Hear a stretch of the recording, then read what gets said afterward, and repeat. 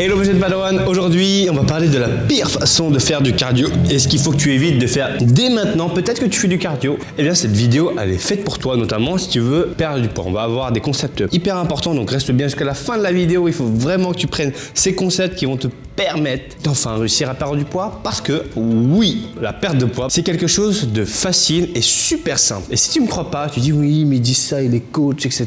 Je peux te montrer les avant-après de mes élèves, 20, 30, 40, 50, 60 ans. Tout le monde a réussi, sans régime, sans frustration, au moins de 2 heures de sport par semaine. Donc c'est très simple. Ce que je t'invite à faire, c'est de cliquer sur le bouton qui est en dessous. Tu auras un programme gratuit justement pour t'aider à perdre du poids de manière gratuite. Maintenant, si tu me découvres et que tu ne me connais pas encore, je m'appelle Thomas Jang, je suis par plus de 300 000 personnes sur mes différents réseaux sociaux. J'aide notamment les personnes à perdre du poids de manière naturelle et sainement. On a déjà aidé plus de 25 000 personnes. On continue jusqu'à 50 000. Ça fait plaisir, on aime ce qu'on fait. Pense bien entendu, c'est gratuit. Un petit like et mettre dans les commentaires si jamais tu aimes ce genre de vidéo. Et nous, on va commencer avec le numéro 1. C'est la première erreur, la pire façon, c'est l'alimentation. Qu'est-ce que ça veut dire? Ça veut dire que le cardio ne doit jamais remplacer une mauvaise alimentation. Et de toute façon, ça marche pas comme ça. Si tu espères rattraper les dégâts d'une mauvaise alimentation avec du cardio, eh bien tu te mets le doigt dans l'œil. Tu brûles sur une heure de course entre 400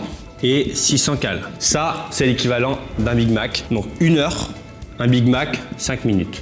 Le calcul il est très simple. L'alimentation occupe la place la plus importante dans la perte de poids. Les gens se focalisent sur les choses qui servent à rien. Faire beaucoup de cardio, alors oui, je dis pas que c'est totalement inutile, mais le plus important, avant de dire faut faire de la course à pied, etc., c'est ça, c'est ton alimentation.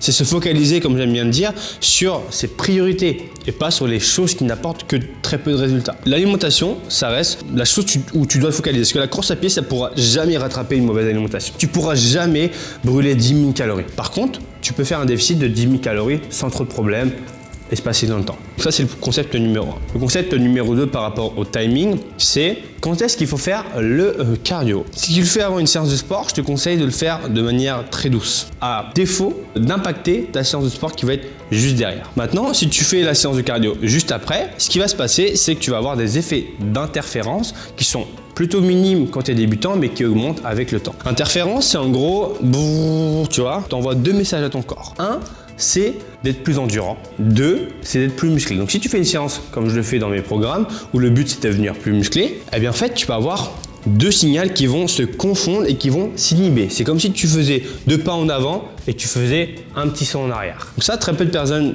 t'en parlent parce que le timing c'est ultra important. Donc moi en général, ce que je conseille, c'est de faire du cardio vraiment à basse intensité. Plus tu vas augmenter ton intensité, plus tu auras des effets d'interférence. Donc ça prend en compte le timing. Ensuite, qu'est-ce qui est meilleur entre le HIIT et le LISS? Donc HIIT, High Intensity Interval Training, et LISS, Low Impact Steady State. Les gens pensent que le HIIT est largement meilleur que le LISS. C'est pas vraiment vrai, parce qu'en fait le LISS, qu'est-ce qu'il permet? Le LISS, il permet de durer dans le temps. À l'inverse, le HIIT, il est vraiment short term. On ne peut pas faire du HIIT pendant 2 heures. Par contre, tu peux courir, tu peux faire du vélo pendant 3, 4, 5, 6 heures. Le HIIT, il va être très très limité dans le temps parce que au-delà d'une certaine durée, en fait, on appelle plus ça de l'high intensity. Tu peux pas tenir des intensités aussi élevées dans le temps. Okay, à l'inverse du LISS, tu peux courir 24 heures, 48 heures, mais tu pourras jamais faire du HIIT pendant 24 48 heures. Donc quand on fait la corrélation, ce qui va se passer, c'est que le LISS, les points positifs, c'est que tu as peu d'impact, c'est facile à tenir dans le temps. Le HIIT, les points positifs, ça va être que tu as une grosse dépense d'énergie, mais sur